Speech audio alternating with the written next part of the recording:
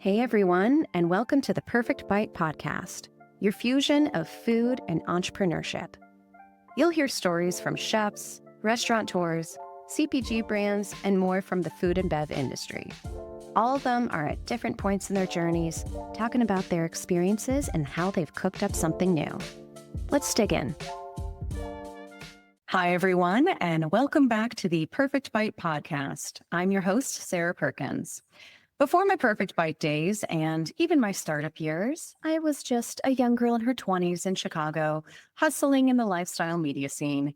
There were a few big names during that time we all looked up to, and I can't believe one of them is a guest on today's show. Her journey has been incredibly inspirational, from food and lifestyle media icon to editor-at-large at In Touch magazine, to now media brand entrepreneur and executive director of a culinary arts education nonprofit. Please welcome Executive Director of the Foundation for Culinary Arts and founder of Casa De Orio, Catherine De Orio. Hi, Catherine. Hi, how are you? I am so well. How are you? I'm so excited to meet with you and just hear everything that's going on. I'm excited to chat with you. And that was quite an intro, so thanks. I barely had to write it myself. You've got just such a background that a lot of people still look up to and everything you're doing today. So thank you for help paving the way. I mean, if you look at all the work you were doing on Check Please and other instances, there are still shows and moments today that you were the OG. You laid the groundwork. Thank you. Thank you. I know it makes me feel very old. You're not, no, don't. Just feel, wow, I got a lot done so far. You got a lot done at such a young age. Look at you. Yeah, I know. And now I'm learning from all the ones, everyone coming up because everything's changed so much. But it's kind of Holy interesting. cow. Yeah, Really, you it never stop learning. really, no, it really has. And I'm excited to chat about that too. Your opinion on what's changed for the better, for the worst. There are a lot of things happening even in real time. I'm excited for us to talk about. Well, let's take things back all the way to the beginning. When did you first fall in love with food? What were your favorite foods as a kid? And what was eating like in your household growing up? Wow. Eating was a very important part of my childhood. So come from an Italian family. And so there was like a few rules at our house. And one of them was that we all had to eat dinner as a family. So after school, my brother and I could go play with our friends or do whatever, but we had to be home every night for dinner to eat when my father came home from work. So very traditional, no TV on, no radio on. It was a time for us to come together as a family and spend time together. So food was always very central in my nuclear family.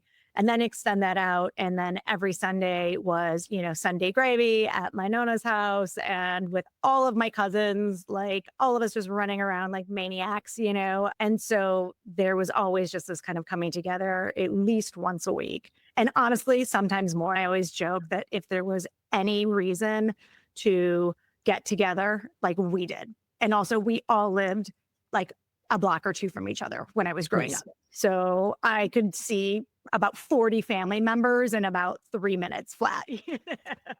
Holy cow.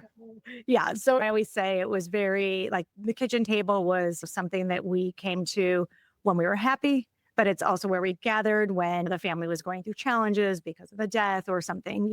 So food has just been so formative. I just feel like I've just always seen it as such a way to like connect. It's always been more than just to eat. And it's not just about fortifying yourself and giving yourself sustenance. It's way beyond that. And so I just grew up seeing that. I've carried that forward into my life.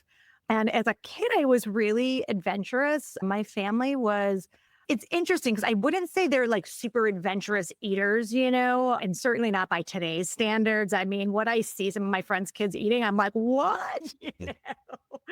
They're good eaters. They are not the little Yeah. like Midwestern kids.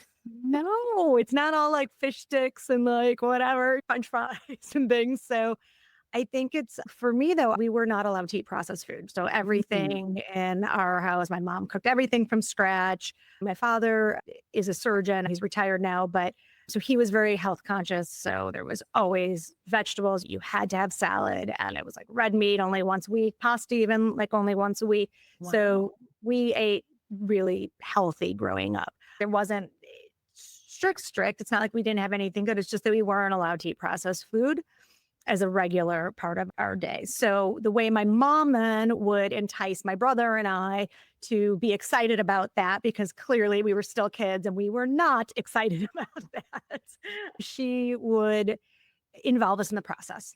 And so my brother and I got to choose which vegetables, and we would trade off every night.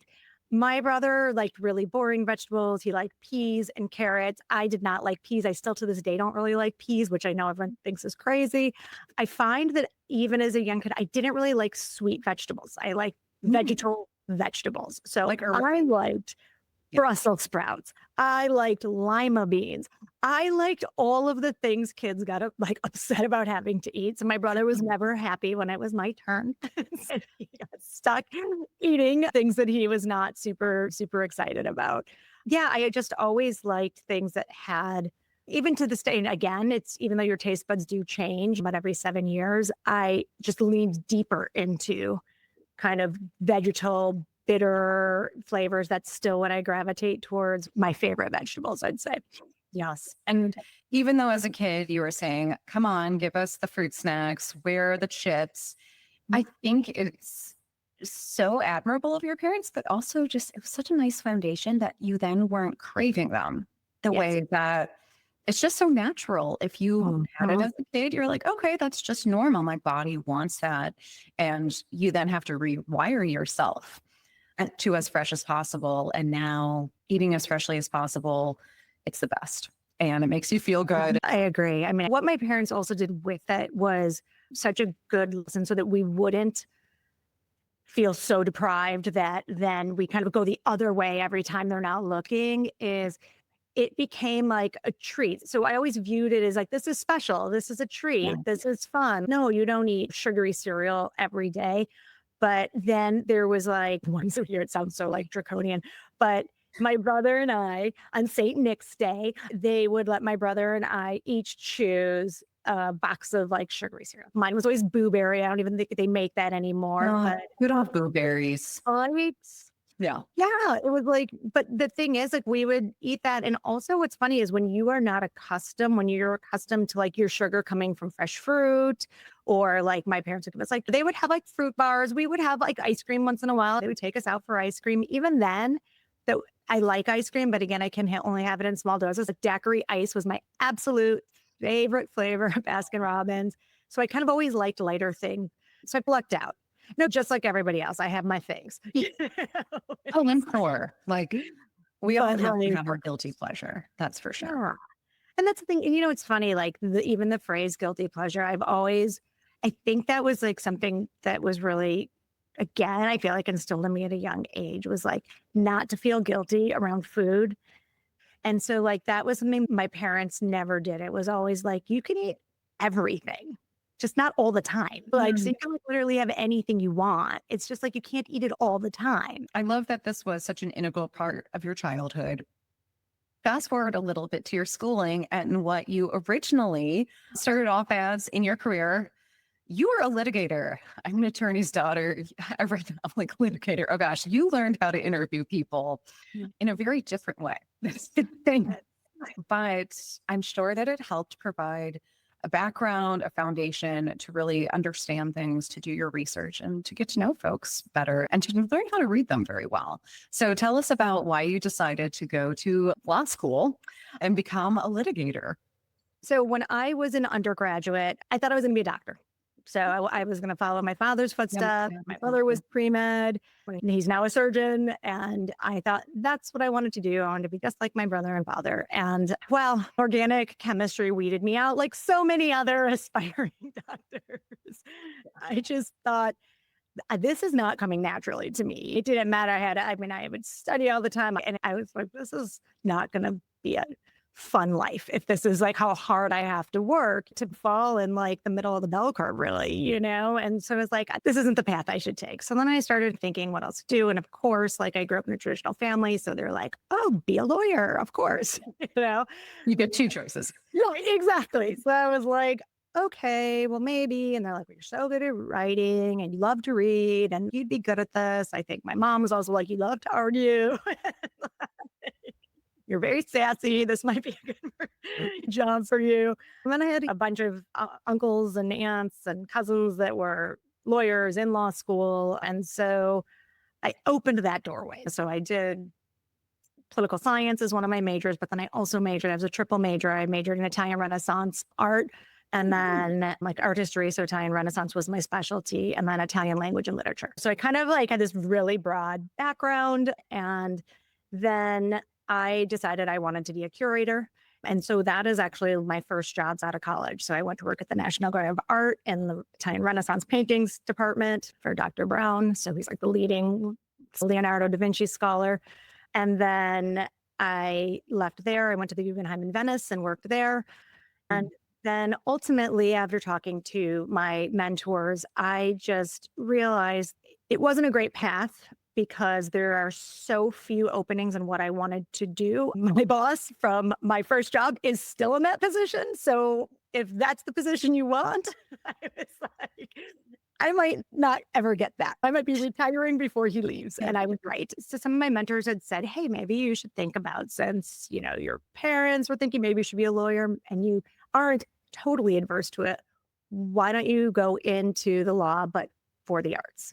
And so that was what my plan was. So then I came back from Italy, went to law school here in Chicago at Loyola, finished in 2.5 years, and was planning to move to New York. I took my bar exam here in February when I graduated, and then I was signed up to take the bar in New York that summer. And then because there's not a lot of jobs in art law in general, and definitely not in Chicago, it was New York and then London. That was kind of what I was thinking my trajectory would be. And so as life does these things to you, I met my now husband my last year of law school.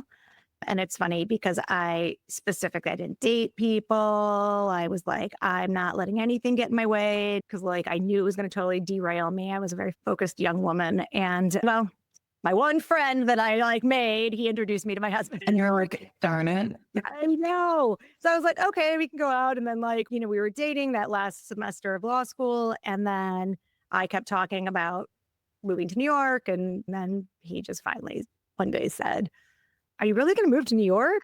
And I was like, well, yeah, that's my plan. And he just said, well, maybe you can see where we go and then maybe stick around for a little bit. So I thought, okay, I have some time. And fast forward, we're celebrating our 20th wedding anniversary this October. Congratulations. Thank you. Amazing. So that worked out. And so because of that, then I ended up becoming a litigator because that seemed like I hadn't thought about being anything else but going into one of these kind of boutique niche practices that dealt with the arts. And so I thought a litigation background feels like something that would has transferable skills to really anything. And that's what actually led me then into litigation. So I did that then for 5.5 years, almost 6 years. And I just really wanted to feed people, not fight with them. So you have to really, not to label all litigators, but it's like that is the person who's fighting in the courtroom. And once you meet a couple and they have that certain personality, you're like, oh gosh. And that doesn't seem like you. No, I'm like a collaborator, and it's not really. And even at the end of my career, I moved more into mediation, which actually was much better for my personality. Okay. And so I moved into mediation and arbitration work. But even that, I just knew I just didn't fit. I felt like I was everyone kept saying, oh, maybe if you go, maybe it's just where you're at. Oh, maybe it's just the type of law you're doing. Maybe. And I just thought, well, am I going to do this for 20, 30 years and then just be like, oh my God, I'm really miserable. Why didn't I change back then? So when I went to culinary school, I told nobody but my then boyfriend, who was now my husband at the time, and my brother. They were both forbidden from telling my parents because I was like, I am not going to hear what they have to say about this because I knew it wasn't going to be positive. It was not going to be encouraging. And I just thought this is hard enough to make a decision to do this that I didn't want to hear anything negative. Mm-hmm. So I just kind of kept myself in a little bubble. I went to culinary school nights and weekends while still working as a litigator. Oh my God. And you didn't sleep. No. And I was planning my wedding. Then I eventually got engaged during this time. Oh, And then I was no. planning my wedding.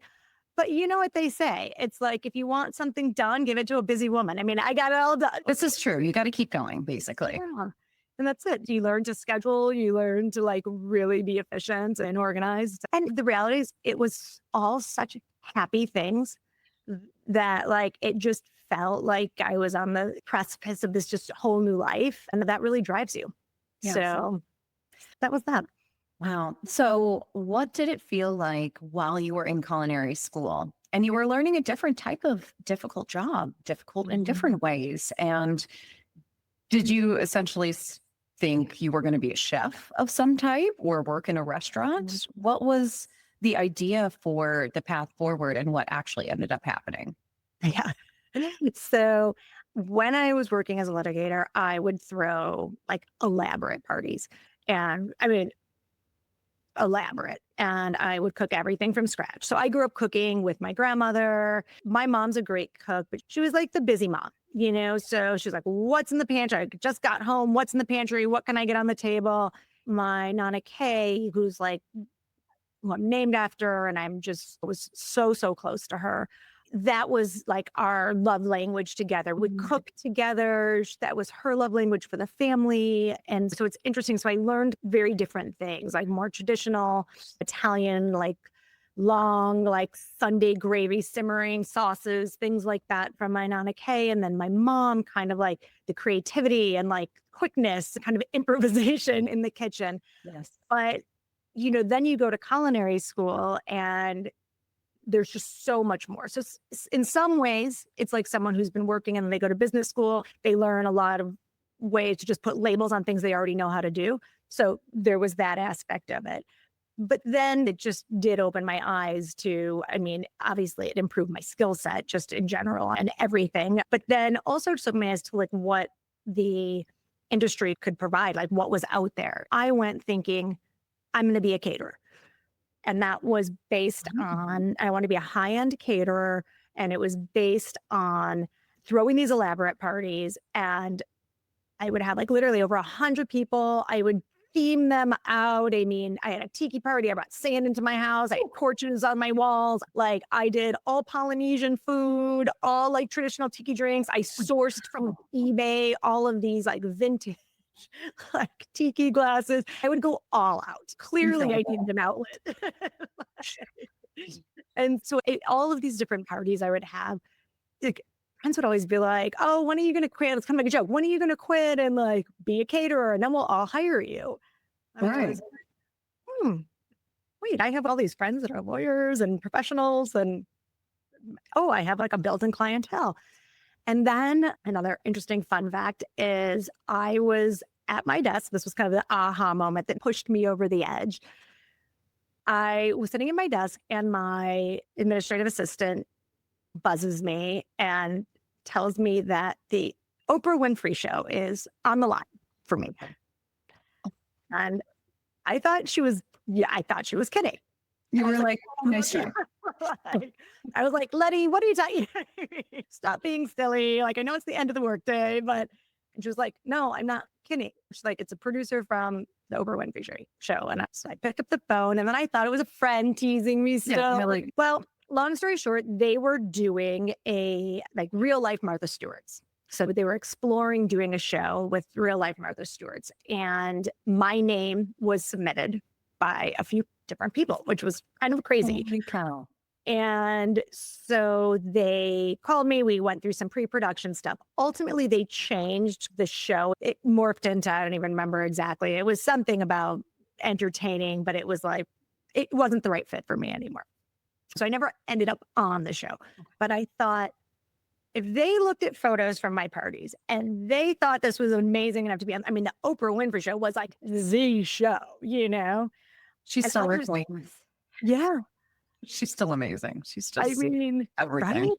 Yeah. But you just and said Martha and Oprah and like all these women. I know, like these women that we all still look up to as the you can do it all. And they're all business owners. Yep.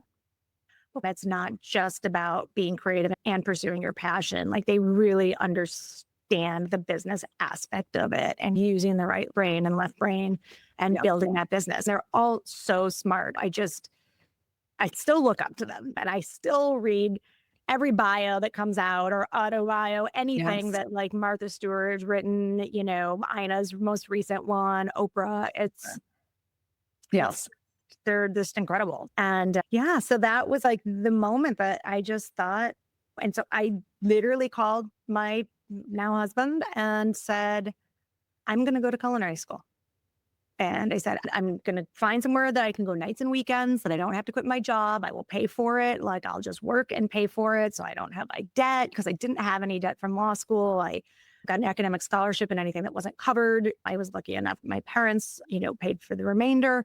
I lived at home so I could save money, all these things so I wouldn't end up in debt. And I certainly didn't want to then go to culinary school and do that to myself again. So that's why I worked as a litigator. It was not the ideal situation, but that's why I did it. Is I was trying to be smart about it. And I figured, even if it takes me a little longer, at least I will come out ahead more. But as life does, again, that is not at all what happened. So I had this perfectly laid plan of the caterer, and I was already talking to big law firms. I was like, I'll cater all the big conferences. And so I had like my whole business plan. Oh, And then I got a call from the career services woman at our culinary school. And she said, this job came across my desk, and I just think you'd be perfect for it. Sarah Lee Corporation was looking for a spokesperson. They wanted someone that was up on trends, someone that could cook, someone that had like personality in front of a camera. And so I went through a series of auditions with them. I got the job, and I went pretty much, I had staged at restaurants and done things in culinary school and whatnot, but that pretty much launched the media aspect of at least the television side of my career. goodness. So what were you doing in that position? Was it that you were consistently the one on interviews? Were you doing other types of content for them? How did you then parlay it into all of the other incredible roles you had after that? So I always say the position was almost like an OG influencer. And I kind of loathe the word influencer because everyone acts like it's a new term, but it's really not, right? And Right. so many ways it's like a spokesperson, which is what so many of them do. And so it was a kind of myriad like jobs within that one job. So anything from developing recipes. So it could be developing recipes for a television segment. It could be developing recipes on the backs of boxes, how to use things. So on different products of theirs. There was sometimes just like trend research. So that kind of understand what's happening, what you're seeing in restaurants. So again, it's a way to what should they be leaning in towards with their products, and then the television aspect. And that's what's so interesting, is that's where like my litigation background really came into play. Because for me, being on live TV, making a pound cake, a paella or something is way less stressful than being grilled in like adversarial situation Yeah. in my job as a litigator. And so believe me, like going in front of a judge for me was way more terrifying than going on TV. And it didn't matter how big the audience was, because I liked what I was doing. I just felt like it was easy for me. And so having a newscaster toss me questions, I was used to thinking on my feet. And so it just really didn't. And it's interesting because you have obviously messaging that brands want to get across. But again, it's like you have a message you want to get across as a litigator. So many of these things were just basically just the same thing. It was just a different topic and a different venue for where I was speaking. And I got to be more myself. I didn't have to be dour and sour. Yeah. I got to be excited and happy. And so that's really what I ended up doing for them. And when it started small, like as they say, like everyone thinks I went from like, oh, like Cinderella moment. I just came out of school and all of a sudden I was like on the Today Show. No. Never overnight. No. Never It's overnight. like always 10 years. Your overnight story is like 10 years in the making, always, right? So you could probably name every small town in the US, and if they had a television station, I was probably on it. I remember going to one place and I thought, I couldn't believe there was a television station. I was like, there is a police station, a school, and a Bible store here, and a church. and the same thing. So in my little motel I was staying in. And so I did that. I traveled all over the place and literally from West Coast to the East Coast, all the way down south, all the way up north. I kind of cut my teeth. And then eventually I got a segment on the Today Show. And then that parlayed into more segments on Today Show and Rachel Ray Show and Good Morning America and all of these other large scale shows. Cause it's kind of like once you've been vetted, they feel like, okay, she's not going to drop the ball on national TV because there's all kinds of people that are great and they have great ideas and they're amazing chefs. And, quite frankly, like probably more talented, more, creative than I am, but they can't talk on TV and it's a skill set. It's a skill set like anything else. And so like while all that was going on, so obviously I had left the law then at this point, made the jump, was now traveling all over the place doing this. But in the interim, I was taking all kinds of, because it was interesting because it wasn't like a 9-to-5 job. So it's like when I was on the job, I was on the job. And when I didn't have a segment booked, I didn't have a segment booked. So I could take other work. So I started doing all kinds of things. I mean, I food styled. My instructor from culinary school, my food styling instructor, she hired me on. So then I was doing food styling for her, which was awesome. So I was like, I want to learn everything. And I also always thought I worked with food stylists for the television segments. And I'm a firm believer that like, you don't have to be the best at it, but you should be able to do what you're asking people to do. So you have realistic expectations. It makes things like better for CEO mindset as well. You can't just be like, I'm in charge of everything. Go do it. You really have to understand exactly what everyone's doing to make sure everything's moving in the right direction.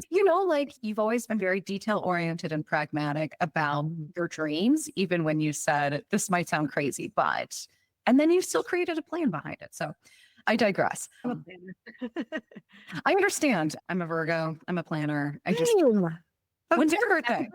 It was September 2nd. What about you? I'm August 28th. We find each other. But yes, it also makes us like perfectionists during this time. I mean, did you have any sort of then pressure on yourself of where is this leading? What does this turn into? Because I get that too, where it's just so exciting as well to be like, let me try this. Let me dabble here now, instead of being a super specialist in a singular area, which sometimes that can also be like a little lonely, to be honest. When you feel like you're a generalist in some ways and you're just excited about everything. And so that is my long-winded question of where did you find yourself during this time and where you thought you were going to go with it? Yeah, I mean, that's a really good question because I think that I certainly had my struggles. Like on the outside, I think it looked amazing. Like my friends were like, oh my God, what a cool job. You just travel all over the place and someone else pays for it. And you're just like, talk about food and you eat at great restaurants and like, yeah, so obviously there's like all of these like amazing things. And in some ways, again, it's like I would tell my younger self like, oh, Kat, be in the moment, enjoy it, love that, realize how lucky you are. And unfortunately, I don't know that I did. It was just always setting a new goalpost. Like, okay, I did this market. First, it was like how big the TV markets were. Then it was like what I could do on TV. Then it was, I wanted to be on national. Then I wanted my own show. It just became like, I guess like anyone who's driven is that it became all consuming. And it sometimes I think really did make me lose sight of how really amazing like what was happening was. Because when I told people I was leaving the law, when I like eventually started telling everybody, very few people were like, oh my God, that's amazing. It was, that's crazy. Or why are you going to do that? Or you should just cook as like a hobby. Or like, how are you going to make money? And so it was everyone just reflecting their own fears. And in various ways. So with my parents, it's like, oh my God, is she going to come live with us forever? Can we have a support or something? She's going to be calling home all the time asking for money to pay her rent. So I think they're like, oh my gosh, they had felt like, oh God, she went to law school. She's going to be okay. And now all of a sudden they were faced with this new kind of reality of, is she going to be okay? So it doesn't always come from a bad place. And then other friends of mine that were attorneys, it sometimes that makes them have to look like, well, I'm not happy either. Should I be doing this? Should I be making a change too? And am I going to regret things? So it's very interesting is as my younger self, I took it as it was about me when these things were directed at me. And as an older individual, I now see that just so much of this is like what people reflect back on themselves from the choices you're making. It really has nothing to do with you at all. Yeah. And so I think I was very like unsure of where things would go. But ultimately, I just figured things have always appeared for me because I'm always just working and I'm always meeting people and I'm always improving my skill set. And so it's like when you're always preparing, it's just like opportunities come and they're not even the ones that you ever imagine. And so I kind of just started, I mean, I'm not 100% good at this, but I've started to let go of needing the plan because all kinds of great things have happened. I've found myself on a path that I feel I've had a fulfilling career and I feel very lucky. At the same time, no, one of the plans I set actually happens. So I just feel like tossing them up in the air and being like, what can you control? You can control how hard you work. You can control how you treat people. You can control, continuing to learn. You can learn to be humble. Like there's all of these things that you learn. And I think over time, I really am like, not to get woo woo. I truly believe the Let's get universe woo. puts you where you're supposed to be when you're supposed to be there. Yeah. So even the hard to Oprah thing, remember when you're in yeah, it. it is because you see things all the time as either a failure or a disappointment. And even when the Oprah thing changed, I was so devastated because I was thinking, oh my God, I was like, this is going to launch my career. I'm going to be up running this thing overnight. And then I think, oh my God, I don't even know what I would have done with that opportunity. Do you know what I mean? It's Not at like, that time. yeah. Did the little bit of experience to Mhm. turn it into, I mean, Oprah essentially became check please for you. Yeah.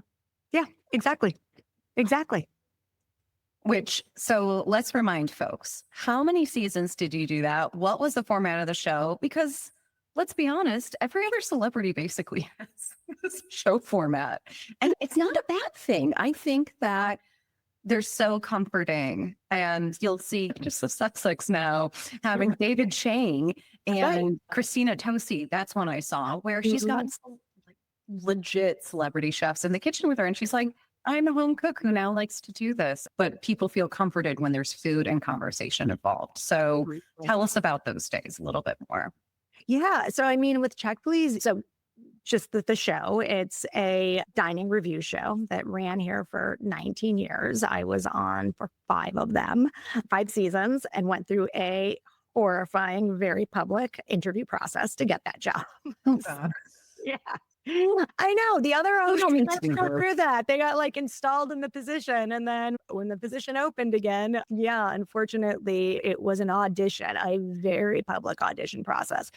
And so the show, it brings 3 people from all different parts of Chicago together. They each recommend their favorite restaurant, and then all 3 of the people go, and then they all review each other's restaurants. It's so fun. Really great. The concept is really great because it really, I feel like you end up getting a very good idea of what the restaurant's going to be like. Because there's some people who are going to be super enthusiastic because that's just their personality. There's other people that are going to be very critical because that's also their personality.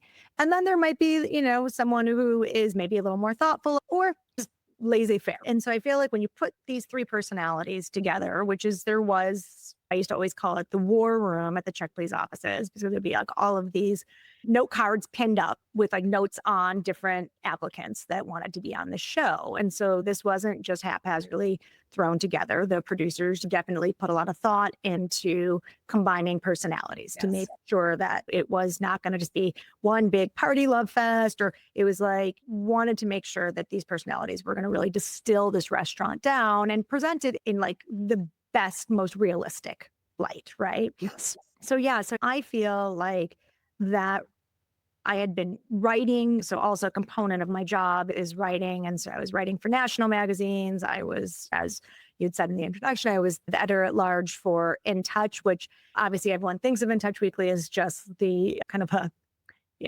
celebrity tabloid. But at that time, it had, if you can believe this, the highest distribution rate of any magazine in the world. In the world. It was lifestyle.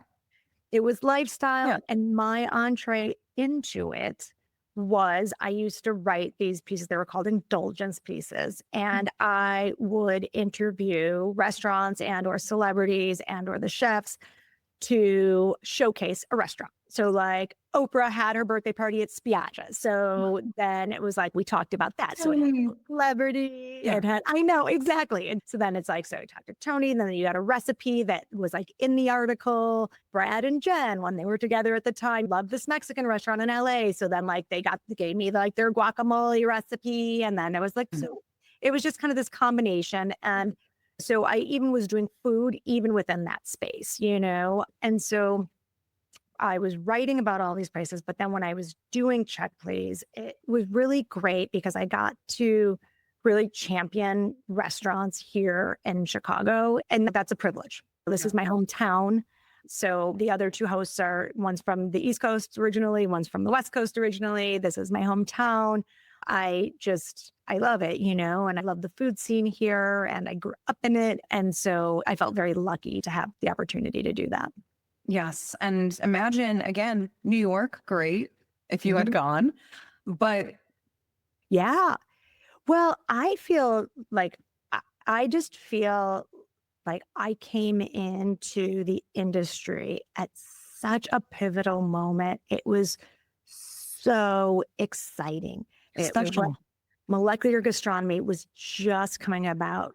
Like Alinea was just opening its doors. When I was in culinary school, Grant was still in Evanston, and like Alinea hadn't even opened yet, but you were hearing about this kind of like interesting cuisine that was happening, and it's inspired by like this movement in Spain. And like, it just was so new. And there's so few, if you look at the kind of culinary history timeline, these things, this doesn't happen despite TikTok and its micro trends. And it's like every day there's a new trend. That's not the reality. It's when you pull back and you see where were these pivotal moments in culinary history. And this was one of them. And then there was the rise of farm to table and like then chef driven restaurants and the celebrity chef. I mean, when I was in culinary school, some of my classmates were like, why would you want to be on TV? Like it was actually, I remember they were trying to teach like a television class at the school and they didn't get enough enrollees. Can you imagine? Like it was canceled. Or all like, we don't want to be out there. Yeah. Everyone was like, oh, you're not a serious chef if you want to be on TV.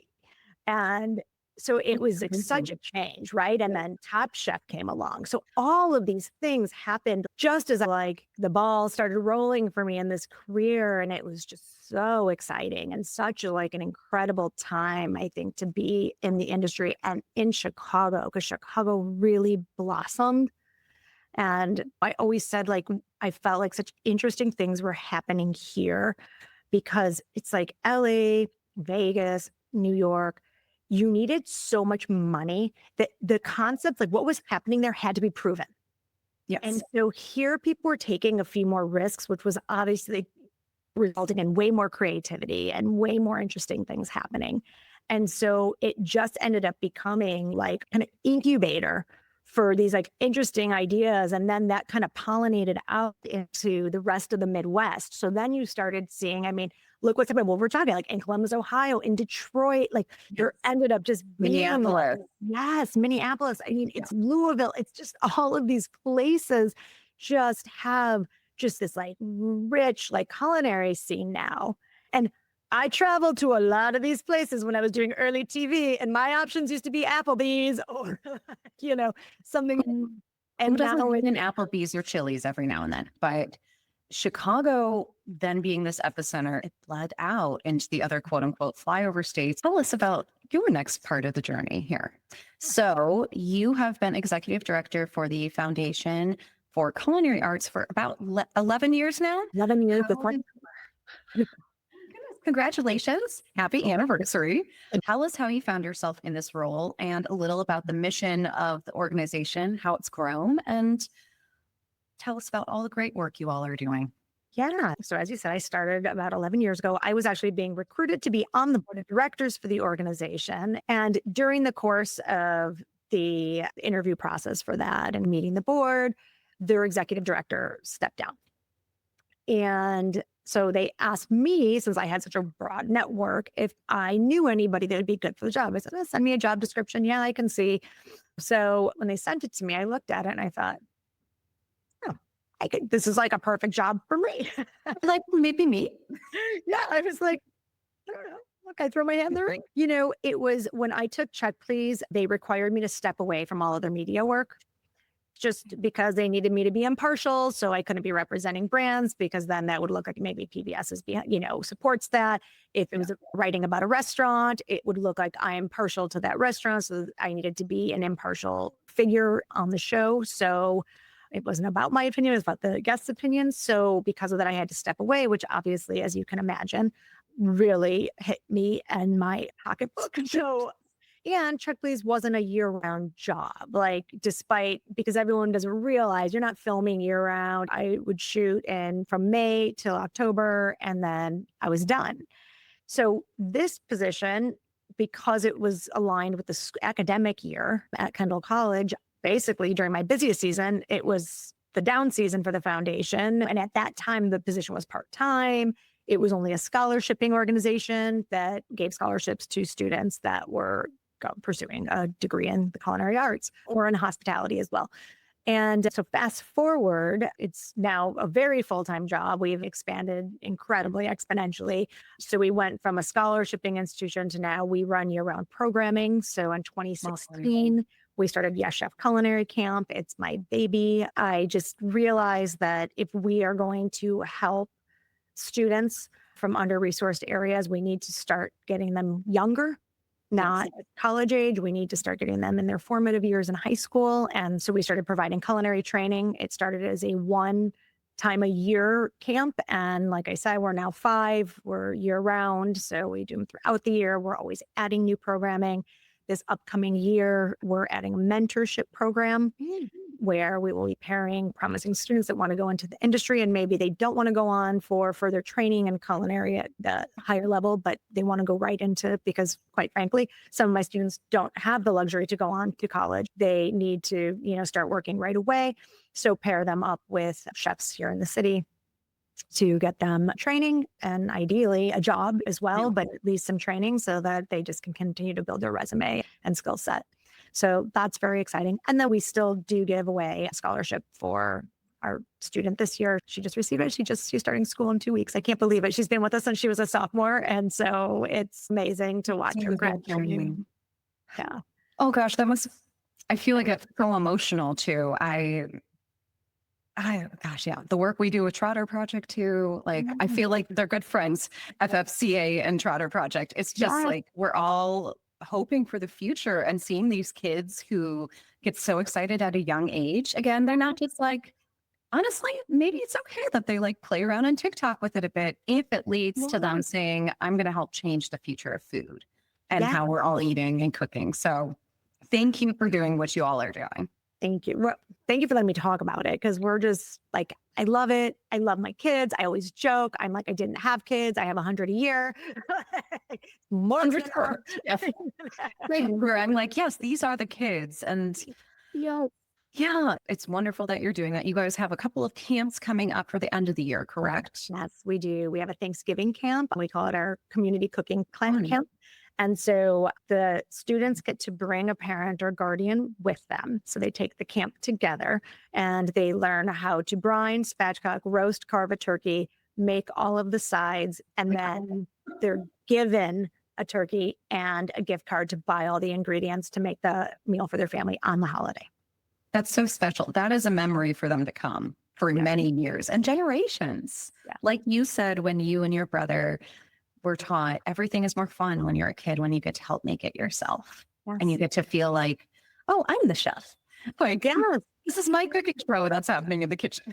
Oh, totally. And it's like, I think it's so important too for that bonding. I just think, again, like gathering around a table, building that community within. We talk at the foundation about having three pillars. So culinary, culture, and community.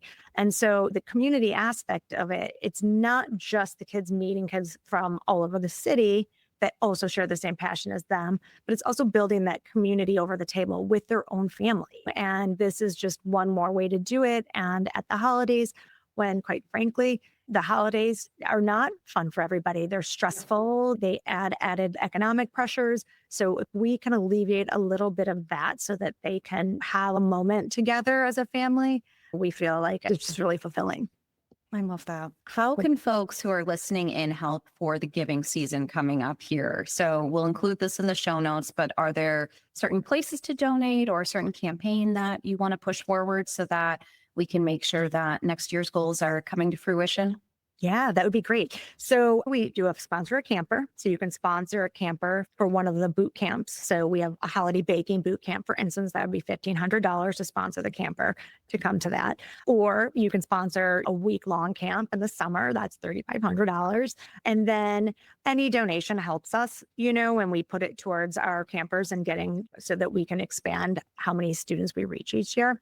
Another thing to do is a sponsor an equipment kit. So one of the things that COVID taught us, if you can believe it, it actually resulted in something very positive for us, is we had to pivot to digital virtual classes, obviously. So during that time, we couldn't take for granted that our students, because of their income bracket, had all of the equipment in their kitchen. I mean, many of them didn't even have a knife. They had like plastic knives, no cutting boards, not even a way to disinfect their kitchen necessarily. So we created these kits that included everything. Literally, we joked, everything but the kitchen sink. I mean, pots, pans, small utensils, disinfecting kits, first aid kits, you name it, it was in. Like deli containers and labels so they can store food properly, everything. And so when we went back in IRL, as the kids say, we found out from our surveys that those equipment kits were so helpful for the students. I was able to continue to practice all of these things you just weren't really thinking about. Yeah. And we thought, oh, okay. So now we still give equipment. So they don't have the first aid kits, but they have all of the essentials for cooking so that after camp, our students can continue to practice and hone their skills. Because as anyone who cooks knows, it's not learning it once, it's repetition. It's just doing it over and over. So we give these amazing equipment kits, and you can sponsor an equipment kit as well. And all of this is on our website. So we do events throughout the year, but I say the best way to find out, because we're always doing something, is to go to foundationforculinaryarts.org or f4ca.org. And you can learn more about all of the ways to work with us, to donate, and even donating time. Yes. Volunteering. We are always looking for advisory board members that we feel can contribute to what we're doing. Love it. Love it. Well, we'll make sure that all the details are there so folks can easily click and learn more here. Perfect.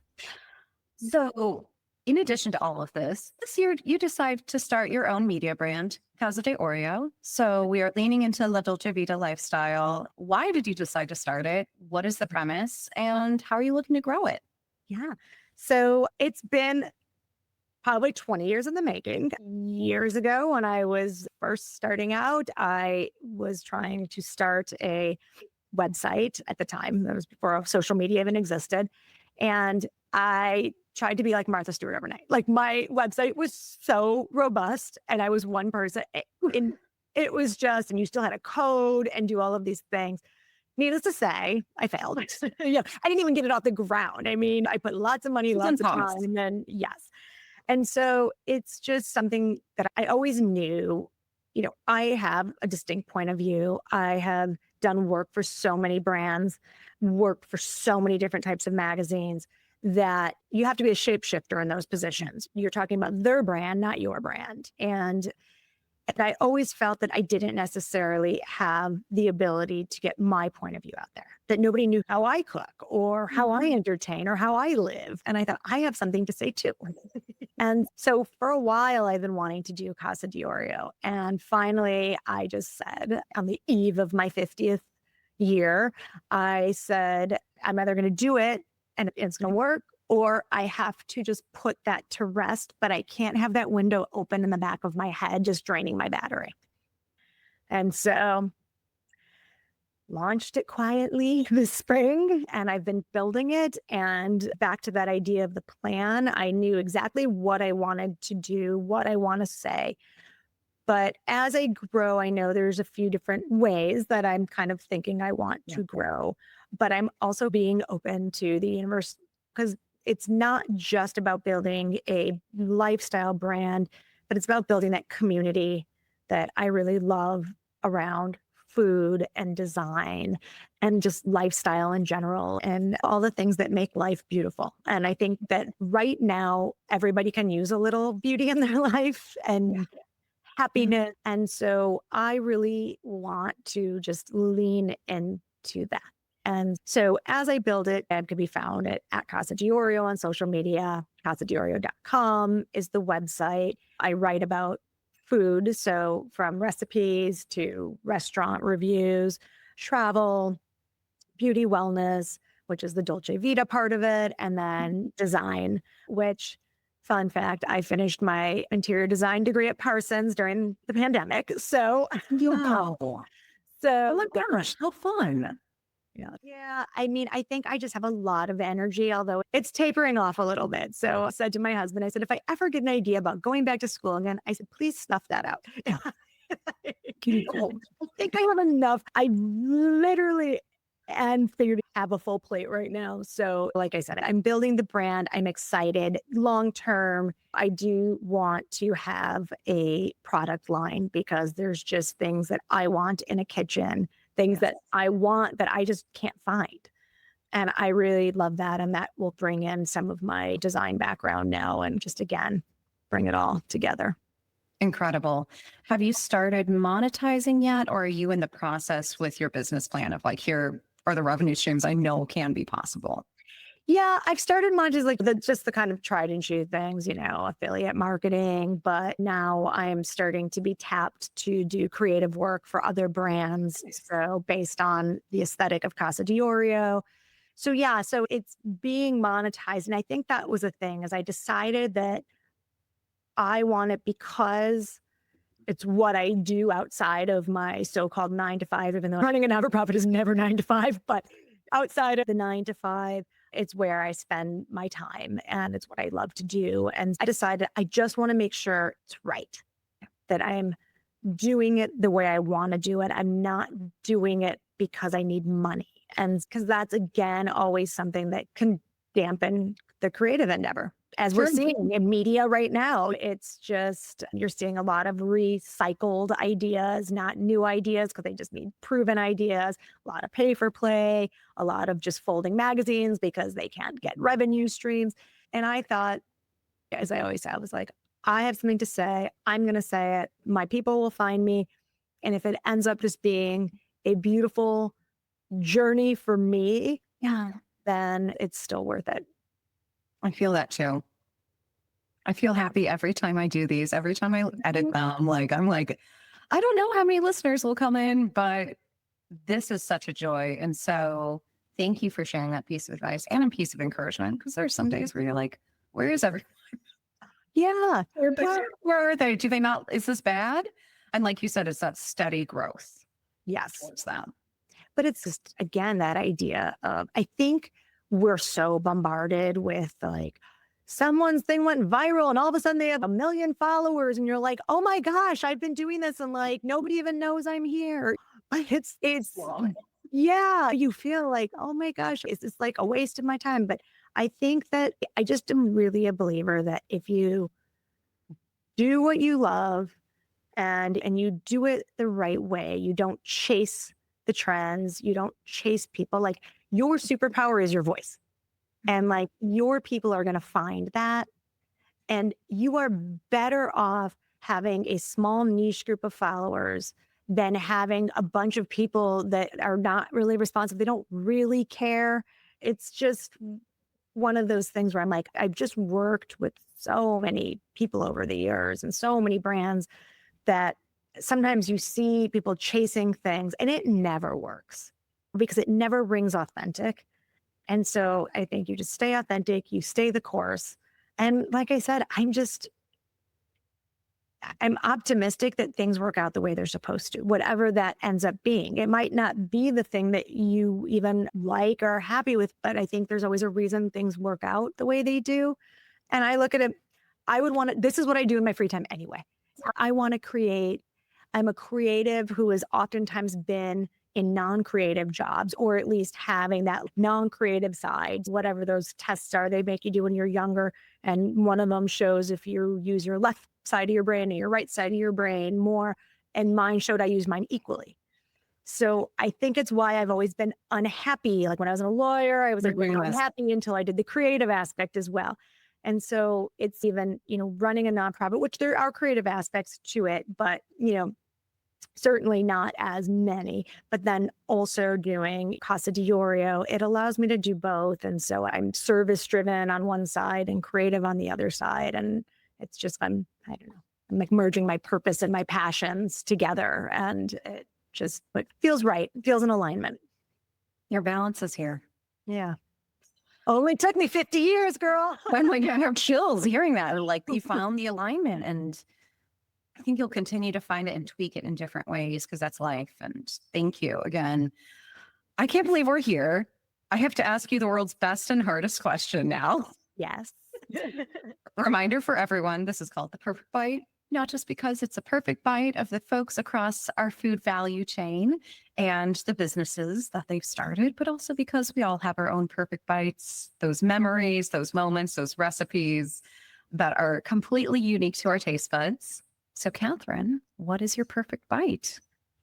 So my perfect bite is my Nana Sunday gravy. So it's neck bone gravy over bucatini, but always paired at a table filled with my loved ones.